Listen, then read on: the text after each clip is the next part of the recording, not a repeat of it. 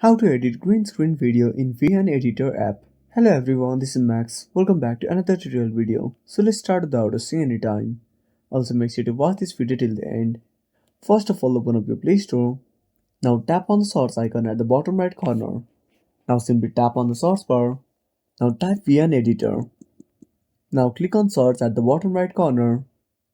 Now tap on VN Video Editor.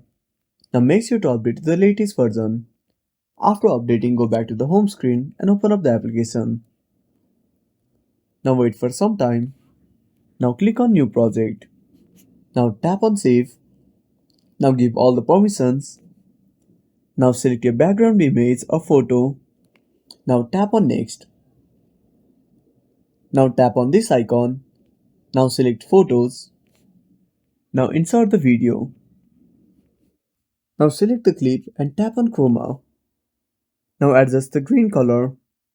Now tap on OK. Now play the video. And that's it. Thanks for watching. Make sure to subscribe our channel and hit the bell icon. See you in the next video.